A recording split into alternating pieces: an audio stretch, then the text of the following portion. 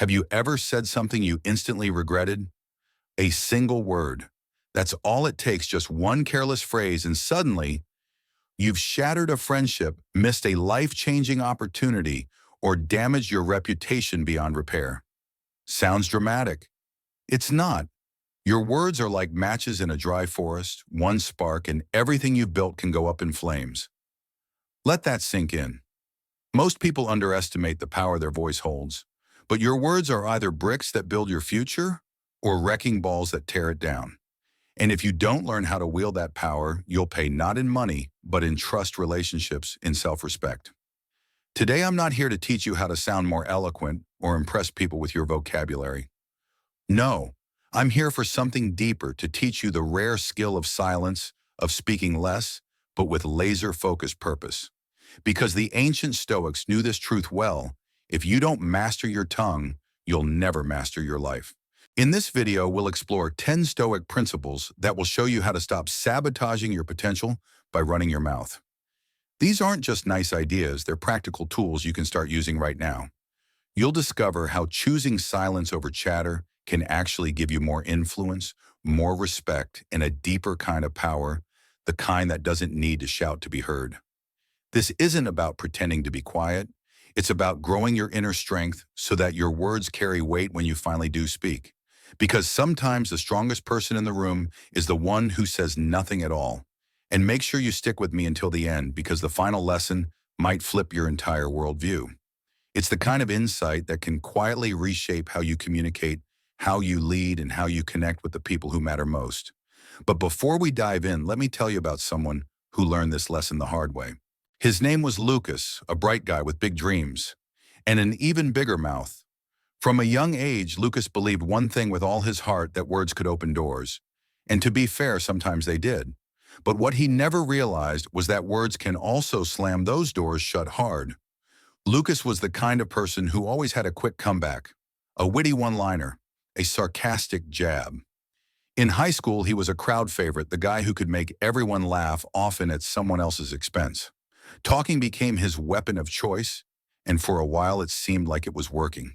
He had opinions on everything, delivered with confidence even when he had no clue what he was talking about. And the more he spoke, the more convinced he became that he was always right. Does that sound familiar? Maybe it's someone you know. Maybe it's you. By the time Lucas was 26, he had landed a job at a well-known ad agency. He was known for being quick, clever, and unpredictable. But all of that charisma came crashing down because one day he said the wrong thing to the wrong person at the worst possible time.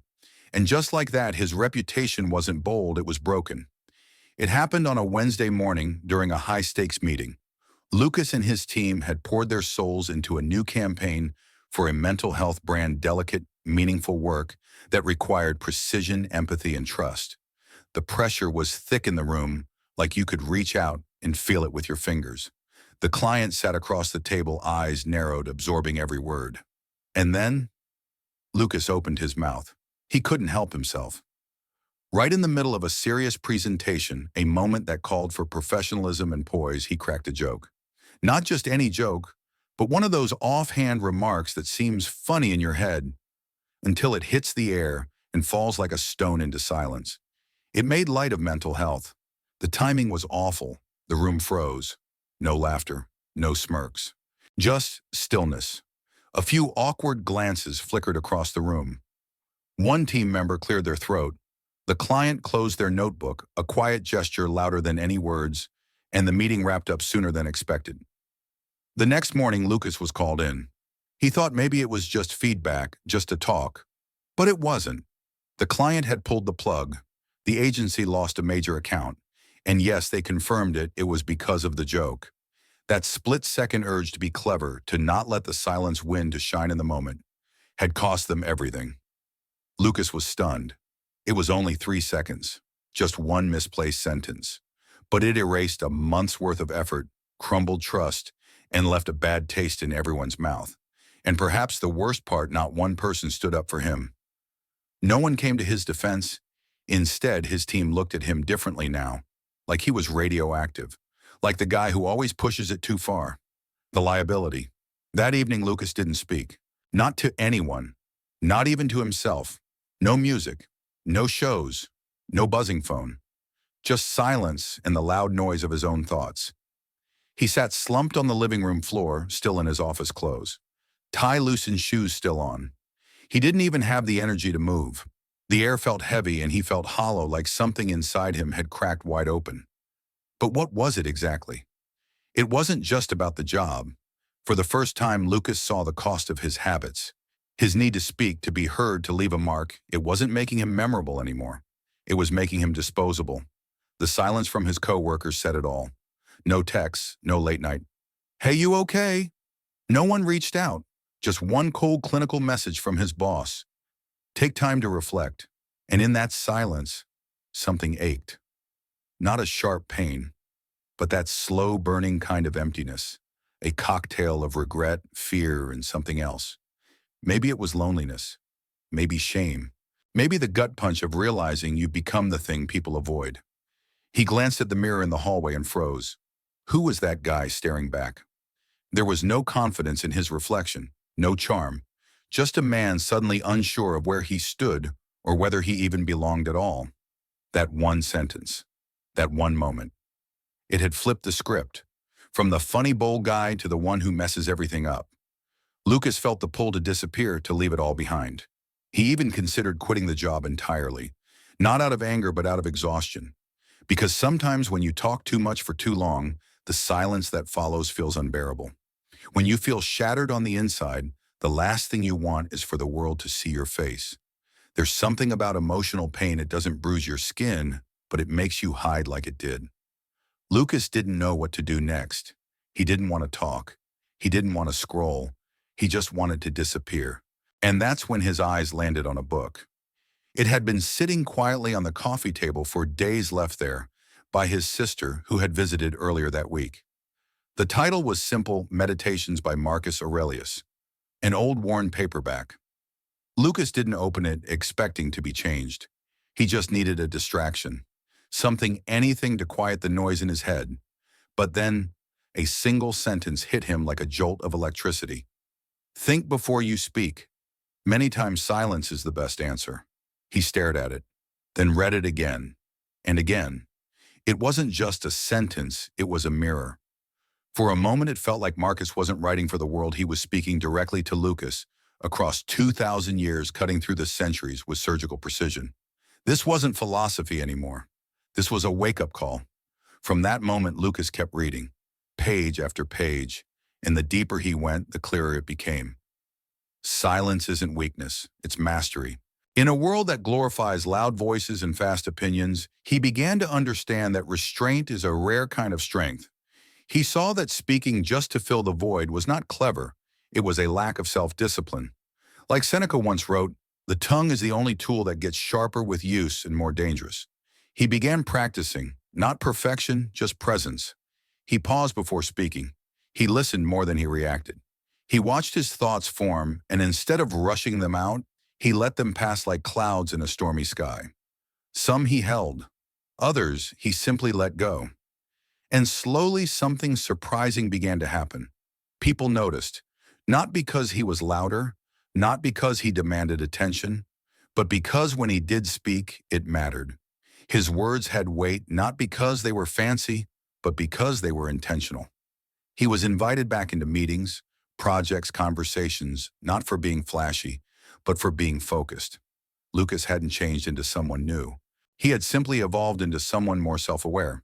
Because he'd learned a truth that most people never realize in time, that a single word can either build your life or break it. And perhaps even more profound, true strength often lies in what you choose not to say. So before we continue, if this video resonates with you, consider subscribing and becoming a part of this journey. We'd love to hear in the comments, what words are you ready to keep inside? Or just comment, "I'm a Stoic. Today I choose silence that builds, not words that destroy." Now let me ask you a tough one. Do you really need to say that thing that's on your mind? That snarky comeback, that angry outburst, that truth bomb you think they need to hear? You might not like what I'm about to say, but it could change how you relate to the world around you. Not everything you think needs to be said. Yes, even when you're right. Yes, even when you're angry. Yes, even when you really, really want to just get it off your chest. Because some words might seem harmless in the moment, but once released, they become bullets with no aim, wounding others, damaging relationships, and sometimes backfiring on your own soul. And the scariest part, you usually don't realize the damage until the dust has settled, and by then it's too late. Think of your mouth like a machine gun with faulty aim.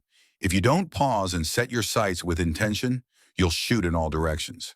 And in trying to defend yourself, you end up hitting the people you care about most and even yourself. Speaking on impulse is like carrying a loaded weapon with the safety off. One wrong step and it all explodes. If you truly want to learn how to control what you say, here's the first truth you need to accept. You must stop reacting every time something stirs inside you. That surge in your chest, that flash of annoyance, that urge to respond with a sharp word, it's not a command.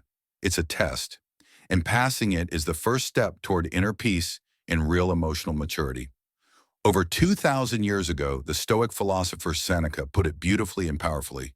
Solitude and silence are not enemies. They are allies in the pursuit of wisdom and virtue. Let that sink in for a moment. This isn't just poetic philosophy, it's a warning, a roadmap, because every word you speak carries weight. Whether you intend it or not, words are like stones. You either use them to build bridges or you throw them and cause damage. Let's be honest, speaking without thinking isn't strength. It's the loudest kind of weakness. True mastery of self begins when you use silence as a tool, not as punishment. When your words aren't driven by emotion, but by choice. When your tongue no longer acts on impulse, but responds only under your conscious command. Think about this. Have you ever said something that you wish you could pull right back into your mouth the moment it left? We all have. Now picture this. You're standing in the kitchen with your partner. It's been a draining day. You're mentally wiped, physically exhausted, emotionally on edge. You're barely holding yourself together. You just want peace. And then it comes. She sighs and says, "You always leave everything lying around. You never help with anything." Boom, a trigger. And before your brain even catches up, your mouth is already moving. Well, if it bothers you that much, why don't you just do everything yourself then? And just like that, it's out. The words leave your lips like arrows shot in the dark. Then comes the silence, that heavy, soul-crushing silence. She looks at you not with anger but with disappointment and walks away. Now you're left holding a pan in your hand, heart pounding, chest tight, that familiar knot forming deep in your stomach. You already know. You know you crossed a line. You know you didn't even mean it like that. But it's too late, because now you don't just have to solve the conflict, you have to clean up the damage from the words you didn't control. You have to apologize for something that wasn't even your truth. Just a reaction. My friend, that isn't control. That's being dragged by the leash of your own emotions, letting your mouth run ahead of your mind. And do you know what a real Stoic would do in that same moment? He would do nothing. He'd breathe. He'd hold. He wouldn't fight fire with fire. He'd starve the flame by choosing silence over spark. Now imagine Marcus Aurelius living in our time, with notifications buzzing, tweets flying, comments filled with hate, trolls poking him at every turn. He'd be constantly challenged, insulted, baited into meaningless debates. And yet, can you see it? He wouldn't flinch. He wouldn't clap back. He'd sit in his modern-day toga, glance at the screen, breathe deeply, and go write in his journal. Because he knew the truth. We're all still trying to learn. Power doesn't live in how loud you can be. It lives in how wisely you can stay quiet. Not every reaction deserves a response. Not every insult needs a comeback. Not every feeling must be spoken out loud. But before you start blaming yourself for snapping in the heat of the moment, let's be clear, it's not entirely your fault. There's a powerful explanation behind this reaction, and it lives deep in your brain. According to Argentine psychologist Pablo Noctegal, we all have something called the reptilian brain, the most primitive part of our brain. And guess what? It's wired for survival. So when you feel attacked, not physically, but emotionally, your brain doesn't see a conversation, it sees a threat. It's like a lion's in front of you, baring its teeth, even if it's just someone pointing out your flaws. That's why your words come out like arrows, fast, sharp, and often without aim. But here's the twist. You have a superpower hidden in plain sight. If you can pause just for a few seconds, that ancient brain quiets down, and your rational, wiser mind takes the wheel. Suddenly, what was about to become a pointless argument can turn into a thoughtful exchange. All it takes is 3 seconds. Can you believe that? So let me ask you something. Are you going to keep letting your emotions drive your tongue like a car with no brakes? Or are you ready to practice the calm strength of the Stoics to speak less but mean more? Let me share 3 powerful practical techniques to start applying this today. First tip, when you feel that fire in your chest and you're about to blurt something out, pause for 3 seconds. Just breathe. That small space between your feeling and your response. It's where wisdom lives. It's where relationships are saved. And it's where your personal peace begins. Second tip, ask yourself this simple but transformative question before speaking. Is what I'm about to say building something or just releasing steam? Because if you're just tossing words out like someone angrily throwing stones in the dark, chances are you'll hit someone and you'll regret it. Wait until the storm in your mind passes. Then speak like a builder, not a destroyer. Third tip, always have a go-to phrase, your emergency line. Something that gives you space without sounding cold or defensive. Let me think about that for a second. Simple, right? But it works better than you think. It creates a graceful buffer between your initial reaction and your true response. Because mastering your speech isn't just about talking better. It's about living better. It's about having clarity, emotional control, and self-respect. Every time you stop yourself from speaking out of impulse, you win an invisible battle. And those silent wins, they make you calmer, stronger, and someone others can trust. Think about this for a second. What if your greatest display of intelligence was your silence? Let that one question shape the way you express yourself from now on. Now let's talk about another form of silence, not announcing every goal you have to the world. I used to be that person, the one who treated every new idea like a personal TED Talk. Every plan I made, I'd share it with friends, coworkers, even random acquaintances. I thought saying it out loud would keep me accountable, or at least get me some encouragement. I remember one time I was buzzing with excitement. I had just decided to take an intensive course in advanced design software. It was a big deal. This course could lead to a promotion, more responsibility, a significant pay bump, and a real shot at leveling up my career. I had done the research, talked to an advisor, and was one click away from enrolling. Feeling hopeful, I turned to a coworker and shared the whole plan. I didn't ask for much, just a little spark of support. Maybe that's awesome, or you've totally got this. But what happened next? Honestly, it caught me off guard. He laughed. Not in a supportive, warm way.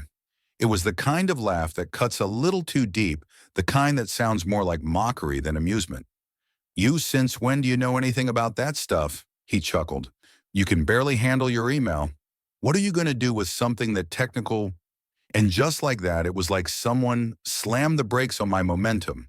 The excitement I had gone in a heartbeat. I fell silent, caught in that awful space between embarrassment and disappointment, unsure whether to speak up or just let the moment pass. And the worst part, I started to believe him. I let his words crawl under my skin and take root. I began doubting myself, wondering if maybe I was out of my depth. That tiny seed of insecurity. It grew fast. I missed the enrollment deadline. Told myself it probably wasn't the right time. Made excuses. But deep down, the sting stayed with me. A quiet ache I couldn't shake for weeks. And you know what happened? That same coworker, he took the course. Quietly, without telling me. He completed it, applied for the position I had my eyes on, and got it. The job I had found. The opportunity I had shared. The door that could have opened for me if I hadn't talked too soon. It was a painful but powerful lesson. And if I had come across this quote by Marcus Aurelius just a little earlier, maybe I wouldn't have made that mistake. The accomplishment is in the doing, not in the showing off. Think about that. While you're busy talking about your plans, someone else is already quietly taking action. Real progress doesn't announce itself. It doesn't brag. It doesn't need applause. If you truly want to master the art of speaking with purpose, this is where it starts. Stop wasting energy talking about what you haven't done yet. Your silence is not weakness, it's your shield, your strength, your focus. And no, I'm not telling you to become a secretive, closed-off monk. But there's a big difference between sharing out of joy and broadcasting out of ego. There's a line between expressing your intentions and making them your entire personality. Because here's the psychological trap. Every time you talk about something before doing it, your brain releases dopamine, the same feel-good chemical you get after achieving something real. But here's the problem. You haven't done anything yet. So your brain gets tricked. You feel like you've already made progress. And when the moment comes to actually get to work, you're drained. The motivation's gone. The urgency is gone. All that's left is a mental list of reasons why you haven't started. Be honest, do you know someone like this? Maybe a friend who swears, "This Monday I'm hitting the gym." They post about it. They even buy the water bottle and gym bag. And yet 5 Mondays later, they're still on the couch repeating the same declaration with less conviction each time. We've all seen it. Some of us have been that person. Have you ever known someone who's been about to launch a business for what feels like forever? Every time you talk to them, they're almost ready. The idea is coming soon, the website is under construction, the product is nearly perfect.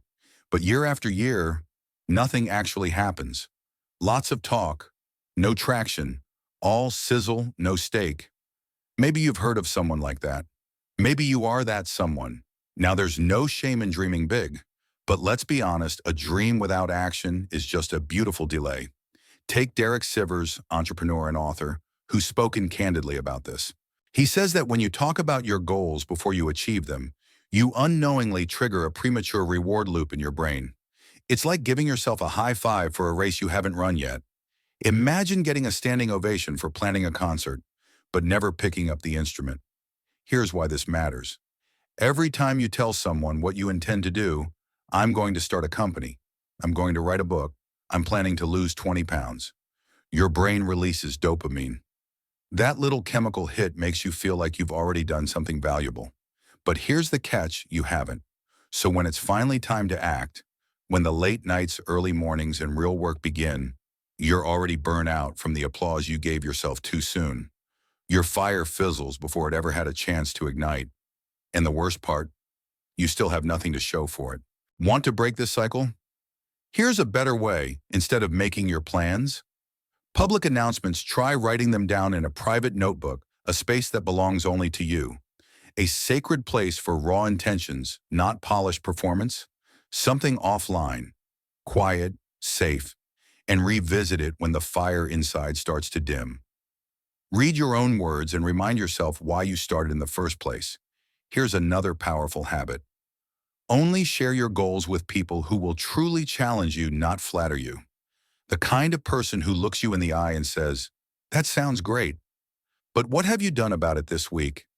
Forget the 10 empty compliments from people who won't remember your plan tomorrow.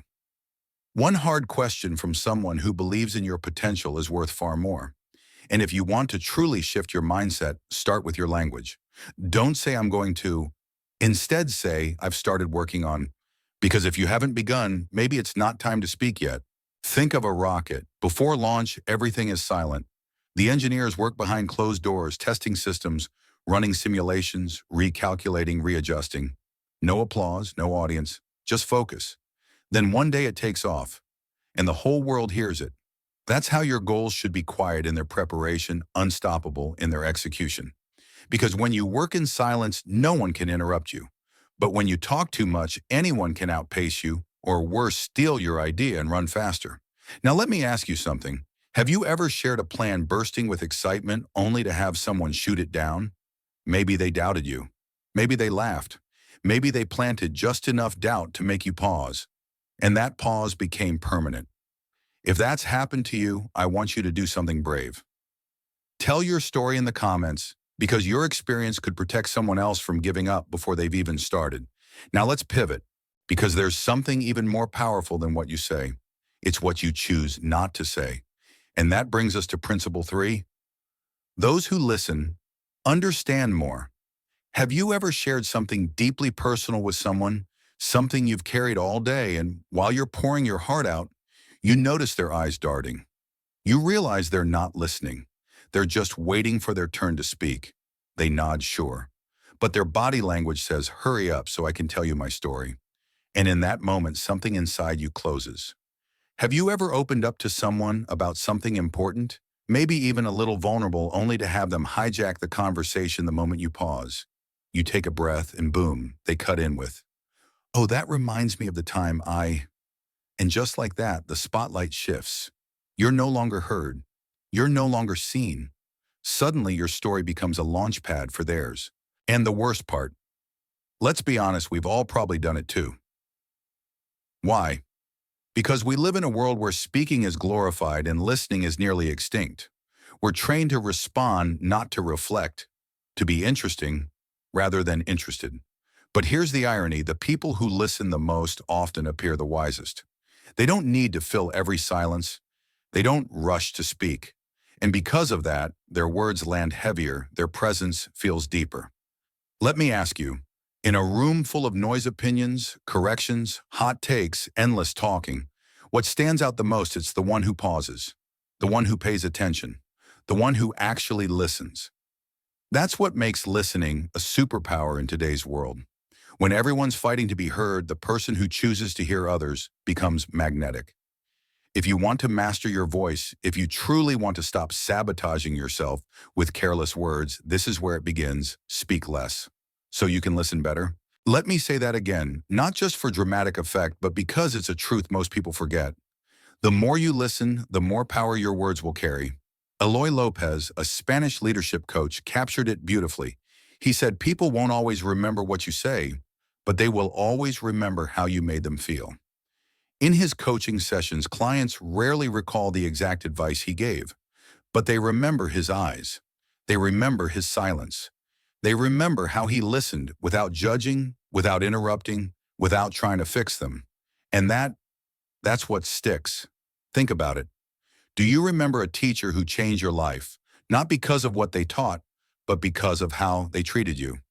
Try it. Picture their face. Can you recall 3 exact sentences from their lectures? Probably not, but you remember how they made you feel respected, heard, valued. Because when you spoke, they weren't just waiting to correct you. They were trying to understand you. And that, my friend, is rare, and it's unforgettable. So let's clarify something right now. Listening isn't just the absence of speech. It's not just being quiet. It's being present, fully, completely, unapologetically there. Listening is intentional, it's active, it's generous. It's not about biting your tongue. It's about opening your heart. It's about giving someone the gift of your attention in a world addicted to distraction. And the results, they're powerful. People feel safer around you. They trust you more. They admire your calm, your patience, your ability to see them without trying to fix or judge them. Because here's what happens when you walk into a conversation, not to stand out, but to understand. You argue less. You misinterpret less. You waste less energy. And you connect deeper, faster, better. Want to know where to start? Start with your eyes. Yes, it's that simple and that powerful. Look someone in the eye. Let them feel your presence. Show them I'm here with you, not halfway, not distracted, not thinking about your next line. And if you can, put your phone down, flip it upside down, put it out of sight. That single action says you matter more than this screen. It's a bold move in a world where everyone is half there. But that's what makes it unforgettable. Because real listening, is not just about understanding others. It's about showing them they're worth understanding. Here's something simple but incredibly powerful. Mirror what they just said. No, not in a robotic therapist kind of way, but in a way that proves you were truly listening. Try saying, "So what I'm hearing is," or "It sounds like what you really need is." These aren't just words, they're signals. Signals that you're not waiting for your turn to speak. You're not loading up your next sentence. You're processing. You're present. And that's rare. Picture this. Your sister comes home after a long day. She throws her bag on the couch and sighs, "I'm drowning in work. I haven't had a moment to breathe. I'm exhausted all the time." Now your instinct might be to fix it. Have you tried getting more organized? Maybe you need to meditate. Time blocking really works for me. But slow down. Instead of offering solutions, try saying, "So what's really weighing you down is that you feel like you've completely lost time for yourself." That one sentence. It's not advice. It's understanding. And in that moment, something shifts. She'll feel heard, not managed. She'll feel seen, not judged. And chances are she'll open up even more. Because when someone feels deeply understood, their armor falls away. Their defenses dissolve. And what's left is a connection raw, real human. And in today's world, that kind of listening is a rare and sacred gift. Now here's another underrated move. Pause before you respond. Sometimes people don't need your opinion. They don't need your wisdom, your action plan, or your checklist of solutions. They just needed a place to say it out loud. They needed a witness to their thoughts, not a surgeon for their problems. And here's the beauty of silence. When you pause, truly pause, you give space for understanding to take root. And when you understand more, you speak less, but with more clarity. And that clarity, it gives your words weight. Remember what Epictetus said, "We have two ears and one mouth so that we may listen more and speak less." That wasn't just a clever one-liner. It was a blueprint for wisdom. Because those who talk endlessly rarely hear anything new. They miss nuance. They overlook subtlety. They bulldoze over meaning. But the wise, they observe. They absorb. And when they finally speak, it lands like truth. It carries impact. And now let me tell you something that might just change the way you communicate forever. Don't speak when you're on fire inside. Seriously, when your emotions are boiling, when your patience is cracking, when your breath is shallow and your heart is racing, pause. Because what's about to come out of your mouth might be more destructive than you realize. Let's use a metaphor. Imagine a giant steel barrel filled to the brim with gasoline. The lid is sealed tight. Pressure is building inside, slow, invisible, dangerous. And then someone walks up casually, maybe even playfully, and lights a match. Not because they're cruel, maybe they didn't know. But it doesn't matter. The fuse has been lit. Now replace that barrel with you, your mind, your body, your chest heavy with frustration, fear, disappointment, and rage, all of it bottled up like liquid fire. And then someone says something slightly off.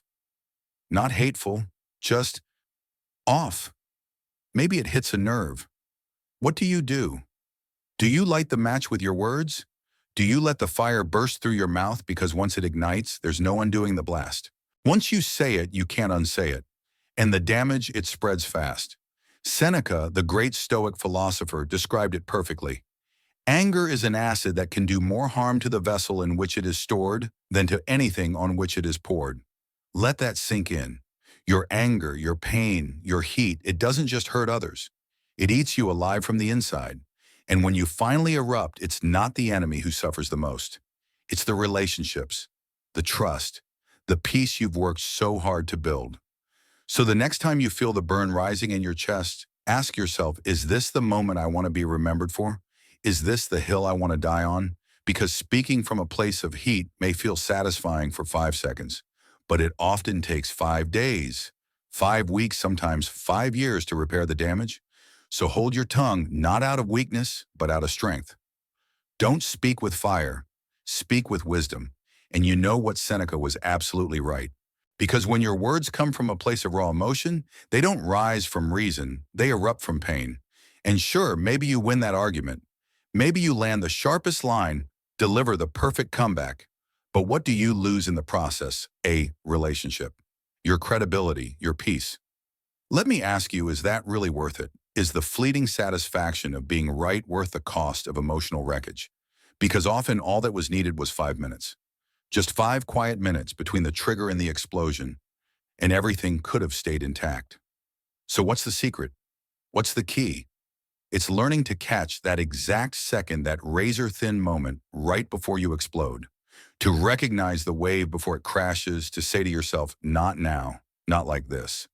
The Spanish educator Lico Woman puts it perfectly. When you're upset, you're not yourself. You're your emotion behind the wheel. Think about that. You're not you. Your anger driving your words.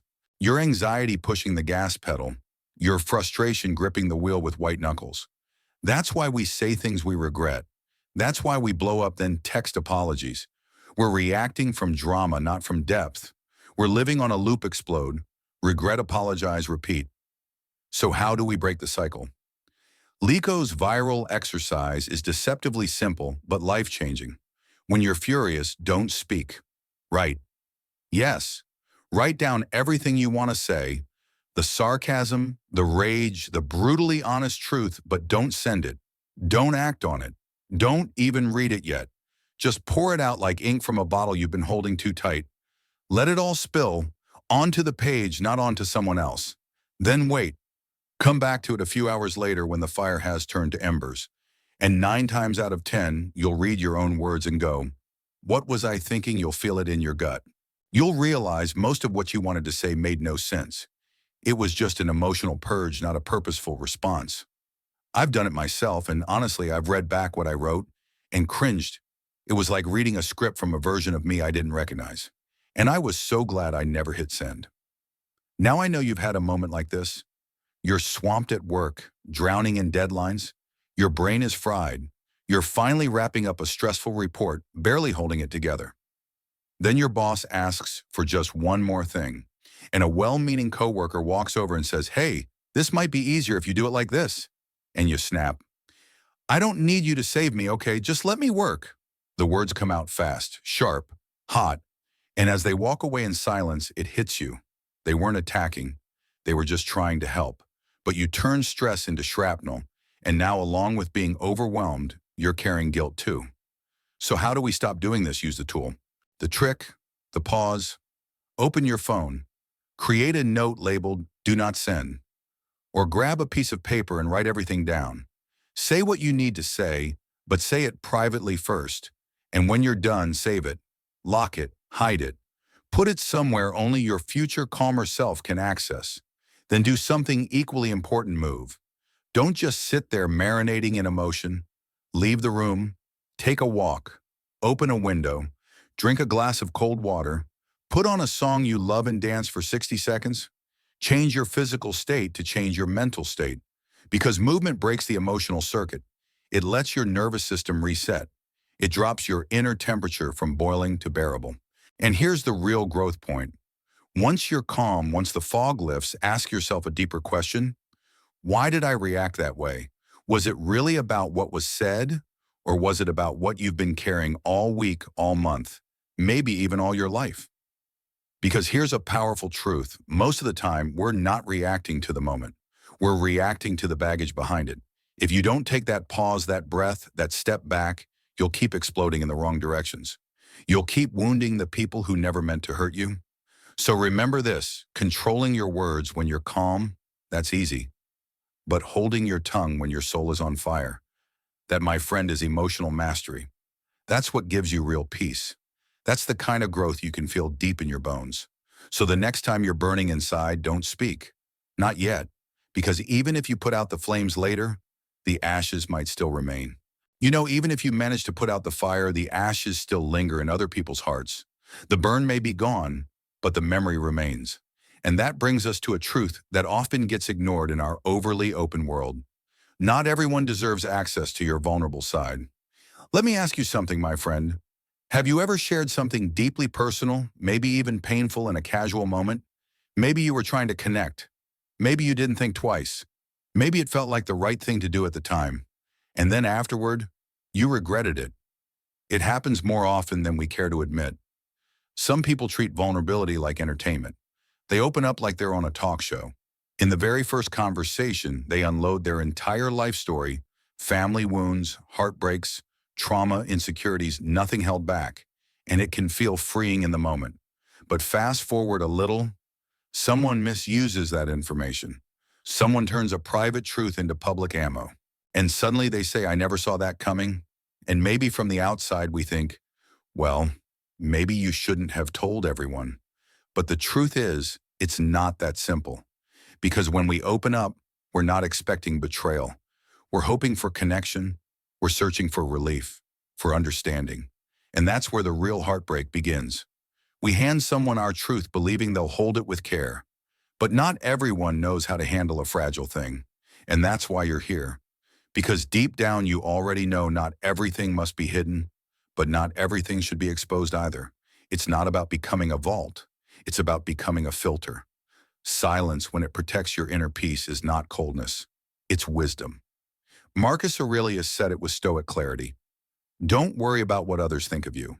Focus on what you think of yourself. Let that sink in. You don't have to reveal your scars to feel real. You don't have to spill your pain to feel worthy. Some battles are fought and won in sacred silent spaces. I'm telling you this because I learned it the hard way. There was someone in my life, someone I saw regularly. We spent time together, talked often, I trusted them. Or at least, I thought I did. One afternoon during a long and emotional conversation, I opened a door I usually kept shut. I told them something I'd been carrying in silence for years. I told them that I struggled with food anxiety, that sometimes even when I wasn't hungry, I couldn't stop eating, that afterward I would feel heavy not just physically but emotionally. Guilt, shame, a lack of control. And as I shared it, I felt something shift, a burden lifted. I thought I had finally been seen. I thought maybe finally someone understood. But then a few days later, we were at a dinner with friends.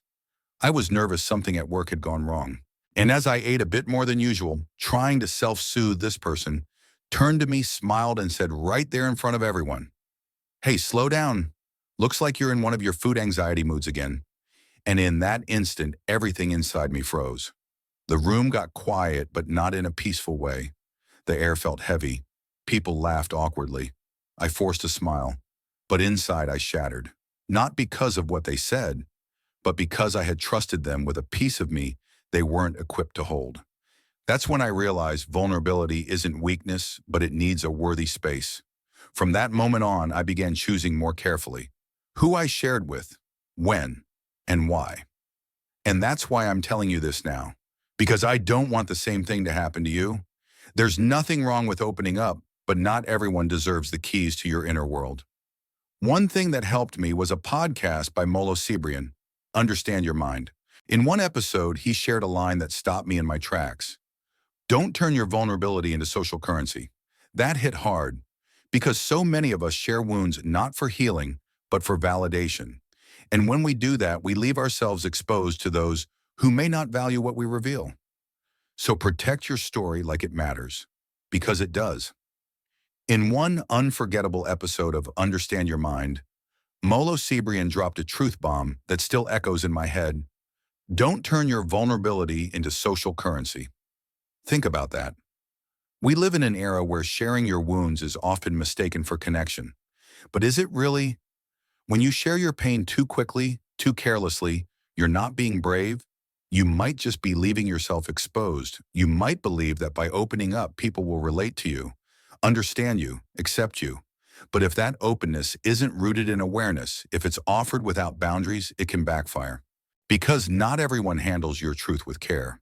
Sometimes, instead of healing, you end up bleeding into hands that were never gentle to begin with. So what can you do? Here's where it starts. Before you share something intimate, something sacred, pause, ask yourself, has this person truly shown me loyalty or just friendliness? Because there's a world of difference between someone who's nice and someone who's trustworthy. The former will smile at your story, the latter will protect it like it's their own. Still unsure? Try this test. Share something light, something neutral, not too personal, but still meaningful. A vulnerable whisper, not a confession. Then watch. Does it stay between you and them, or does it somehow travel through the grapevine, twisted, shared, cheapened? Because here's the truth.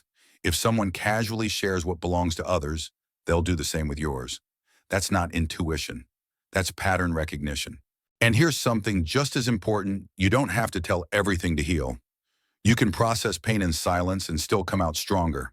You can reflect privately and still evolve. Write it down. Speak it into a voice note you'll never send. Cry in the shower. Stare at the ceiling until your thoughts settle. And if you need to speak, speak to someone trained to hold space. A therapist, a counselor, a wise friend who's earned your trust through time. Not just charm, but not just anyone. Not someone who listens for gossip, not someone who sees your pain as entertainment, and definitely not someone who hasn't proven again and again that they treat your words with care. Because, my friend, this isn't about staying silent out of fear. It's about speaking with intention when you know you're being met with respect. It's about protecting your inner process, about growing in quiet dignity without feeling the need to broadcast every fragile step. And sometimes, silence holds more authority than any sentence ever could. Shh. Do you hear that exactly? Nothing. That is the sound of restraint, the sound of control, the sound of someone who doesn't need to fill every space with noise to prove their worth. Because silence, when used with purpose, is a kind of power most people overlook. It doesn't try to impress. It doesn't explain itself. It doesn't seek approval. Well-placed silence is like a wall of marble, solid, unshakable, elegantly unbothered. And in contrast, the person who talks endlessly, who fills the air with cluttered noise and scattered thoughts, they're like a paper wall, loud, flimsy, and the first to collapse under pressure. Leonardo da Vinci knew this intimately. Beyond being a master painter and inventor, he was a student of silence. He said it plainly, nothing strengthens authority so much as silence. Why? Because the person who observes more than they speak is always two steps ahead. In a world obsessed with volume, those who wield silence with mastery own the moment. It's not about being shy, it's about having such a strong inner compass that you no longer feel the urge to justify your presence. When you stay quiet with purpose, it's not silence. It's a bold statement. It says, I'm grounded, I'm listening, but I refuse to be dragged into your chaos. Marcus Aurelius understood this too. He wrote it down for generations to remember. The best answer to anger is silence.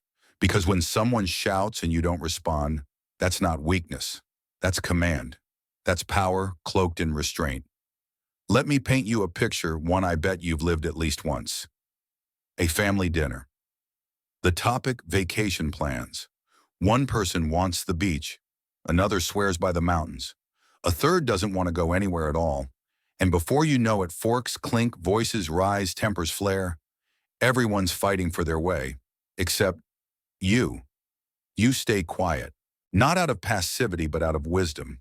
You breathe. You observe.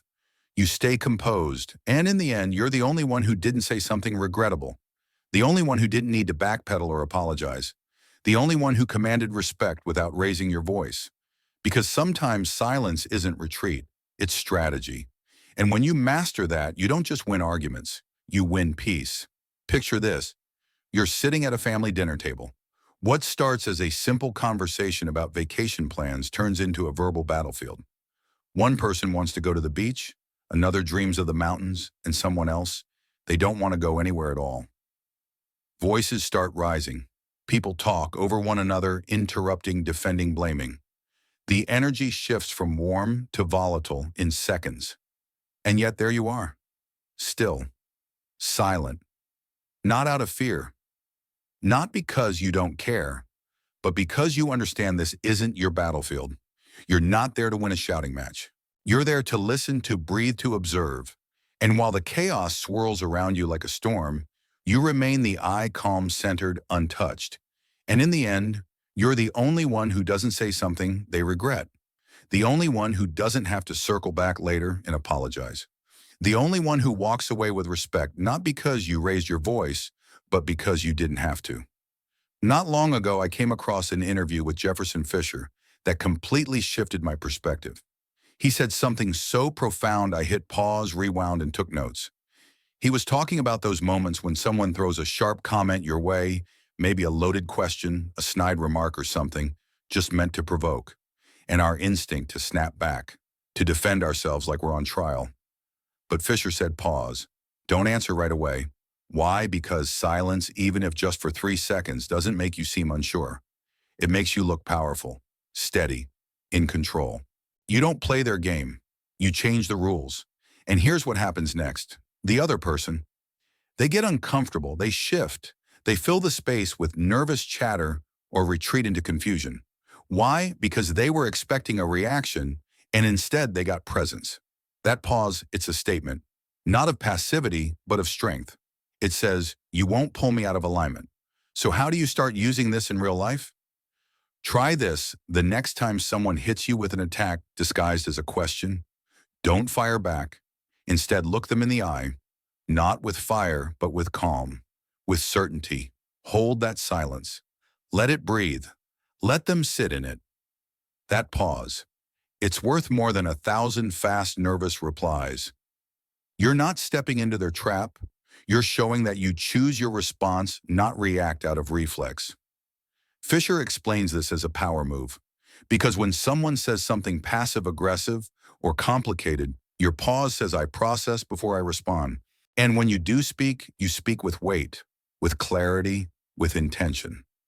Let me share a quick trick that works wonders if silence makes you fidgety. Wiggle your toes. Yes, seriously. Inside your shoes discreetly. No one sees it, but it grounds you.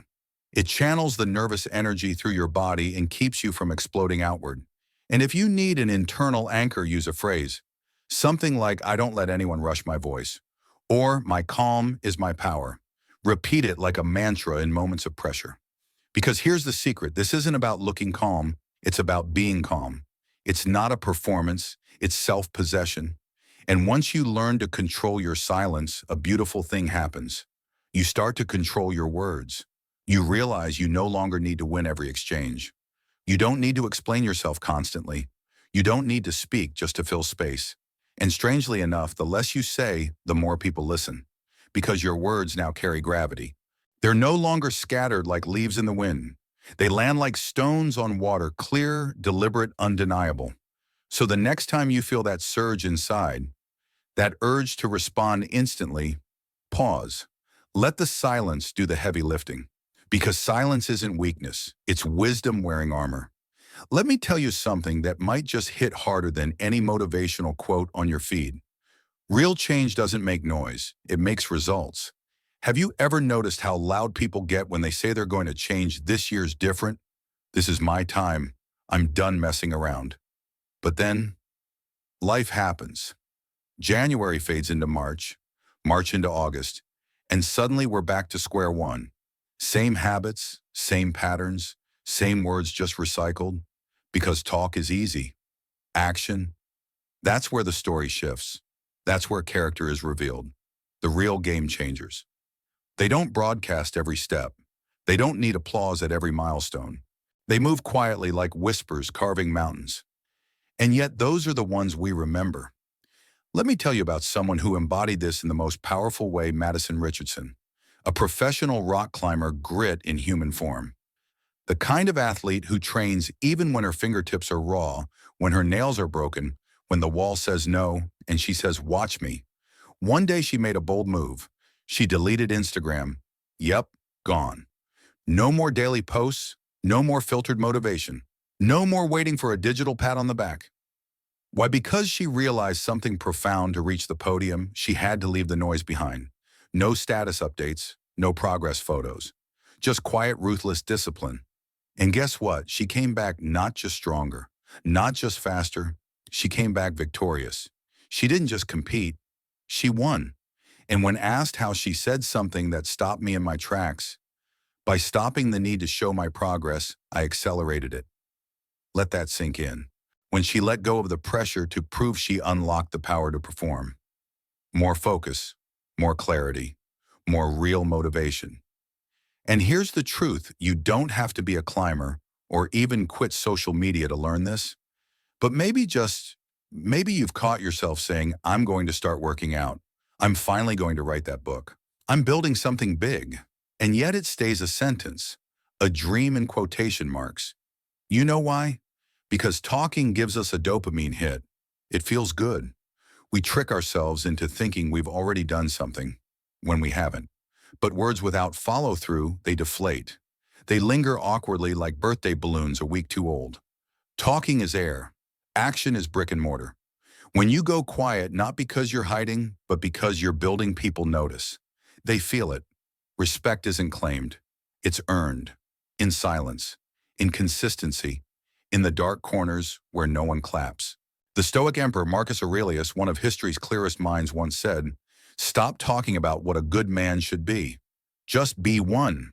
Don't say you're going to be disciplined. Be disciplined. Don't explain how tomorrow is your turning point. Let them see the change when it's already done.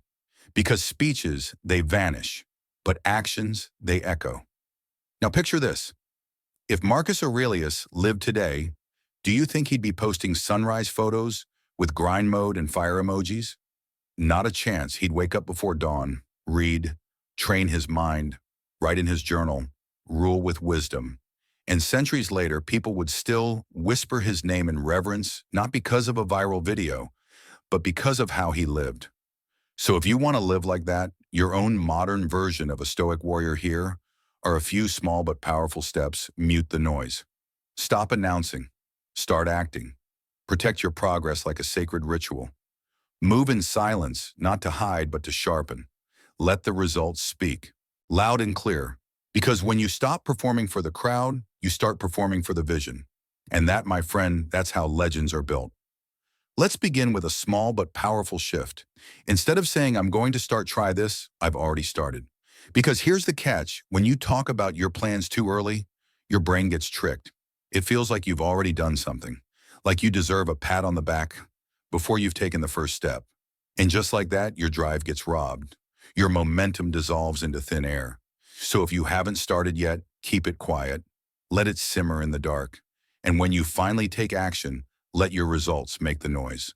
Next, try this. Keep a private log of your journey, not for likes, not for hearts, not for followers, just for you. Buy a small notebook or open a simple note on your phone, whatever suits your rhythm. Each night, write down what you did today, how you felt, where you got better, even if just a little. You'll be amazed how this simple ritual gives you clarity.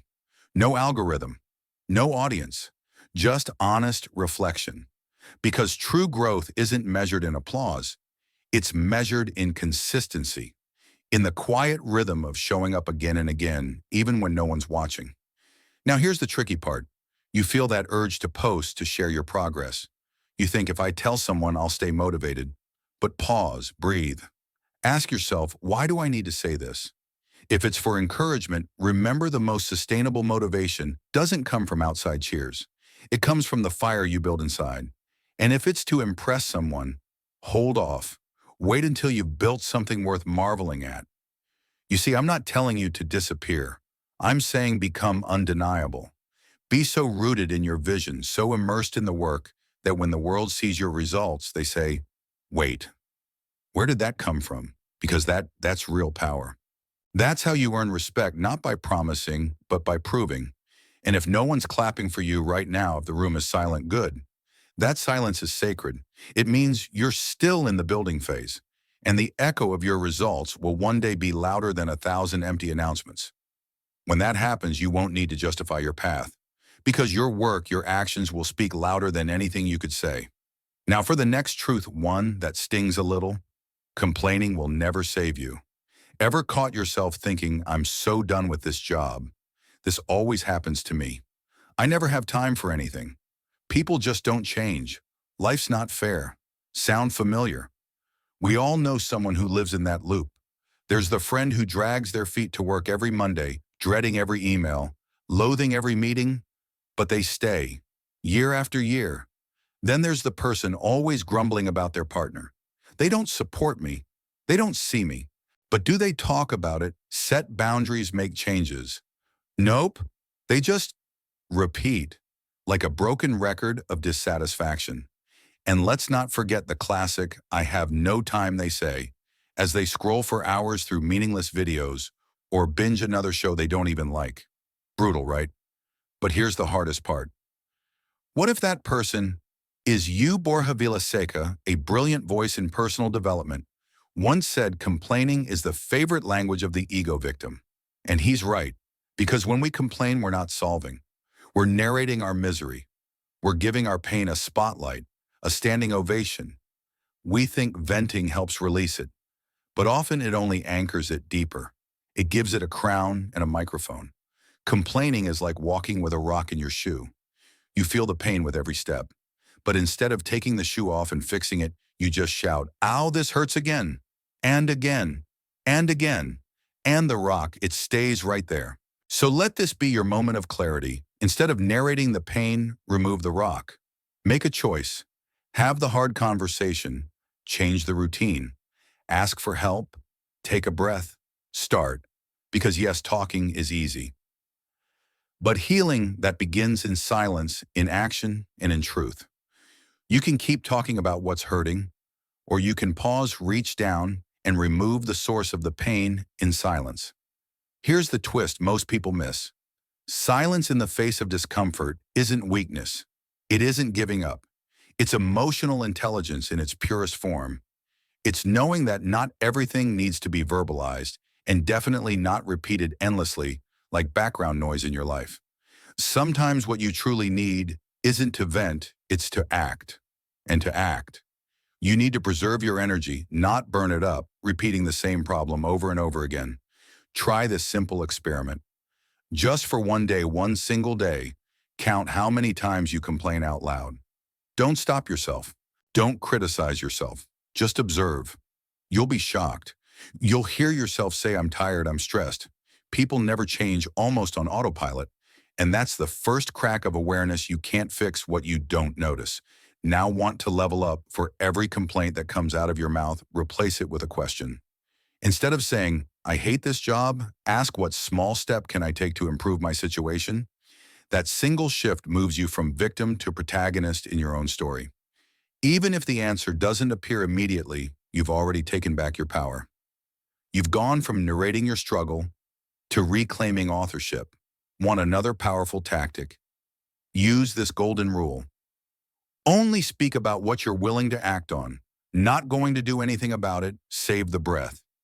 That's not silence out of suppression, that's silence out of strategy. Think of your words like a currency. Every time you spend them on something meaningless, you've got less left for what really matters. Less energy for action, less clarity, less strength. This isn't about bottling emotions. It's about not turning your complaints into your personal theme song. You deserve a better soundtrack. Remember what Epictetus taught. It's not what happens to you, it's how you interpret it. Complaining doesn't save you, action does. So maybe the first move toward change is not shouting into the void, but shutting your mouth and opening the door to transformation. And here's your challenge. Drop your biggest repeated complaint in the comments below. Write it like you're laying it down, leaving it behind. Who knows, maybe your story will unlock something in someone else. Or maybe it'll set you free. Now let's talk about something we've all done. Saying yes when everything inside you is screaming no. Let me ask you, why is it so hard to just say no? Is it the fear of letting someone down? Worry they'll think you're rude, selfish, or unkind? We've all been there. But let's look closer every time you say yes, just to avoid disappointing someone. You are saying no to something else, your time, your energy, your peace of mind. And the cruel irony, they probably won't even remember the favor, but you will remember the resentment. Visualize this. You're at the end of a long workday. Your brain is fried.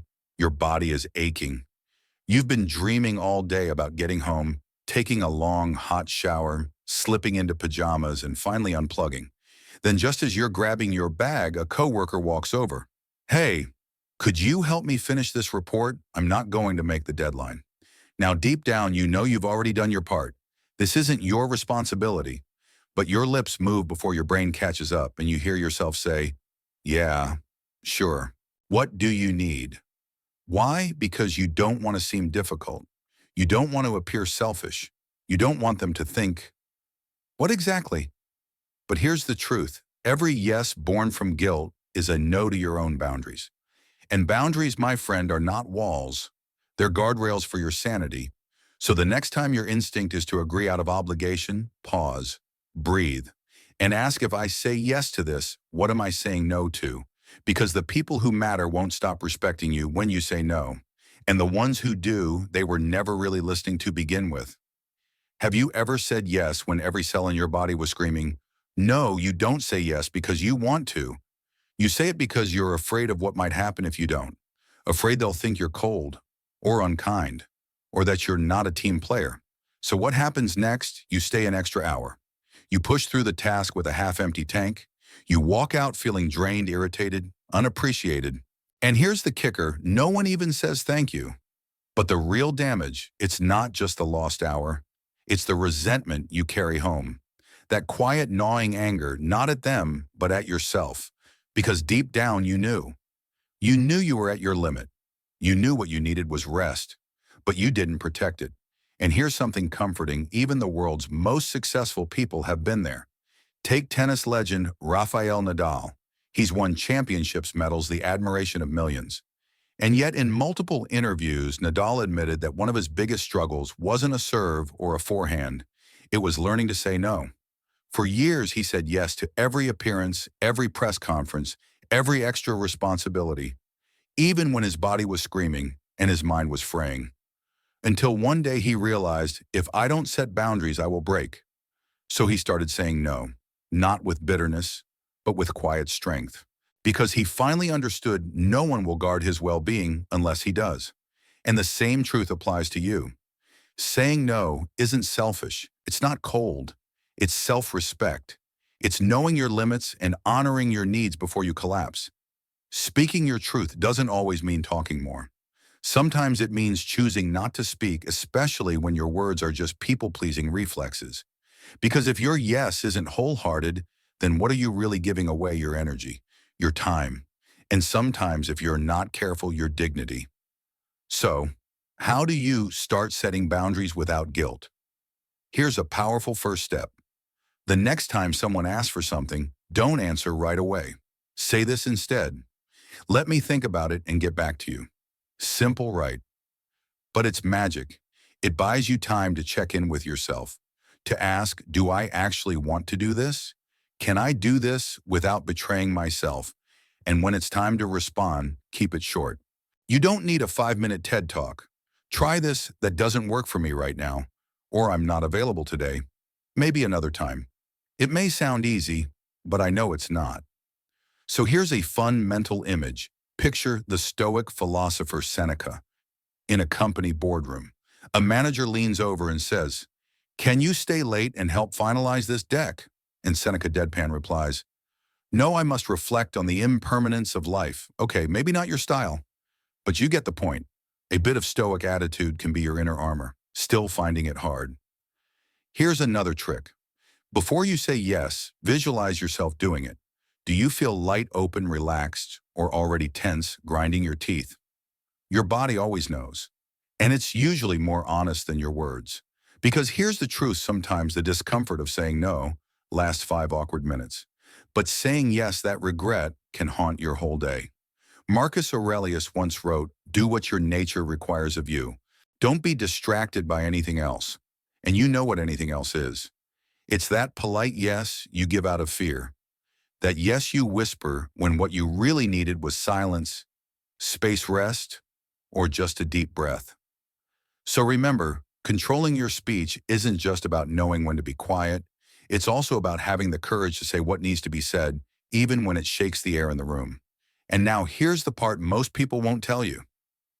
Some words, you never need to say them at all, because once they're out, they bind you. But when you choose not to speak them, they lose their power over you. And that, my friend, is where your real freedom begins. And that silence, my friend, that quiet space you chose instead of a defense, it might just be the starting point of something far greater than you imagine. You don't owe the world an explanation for everything you do.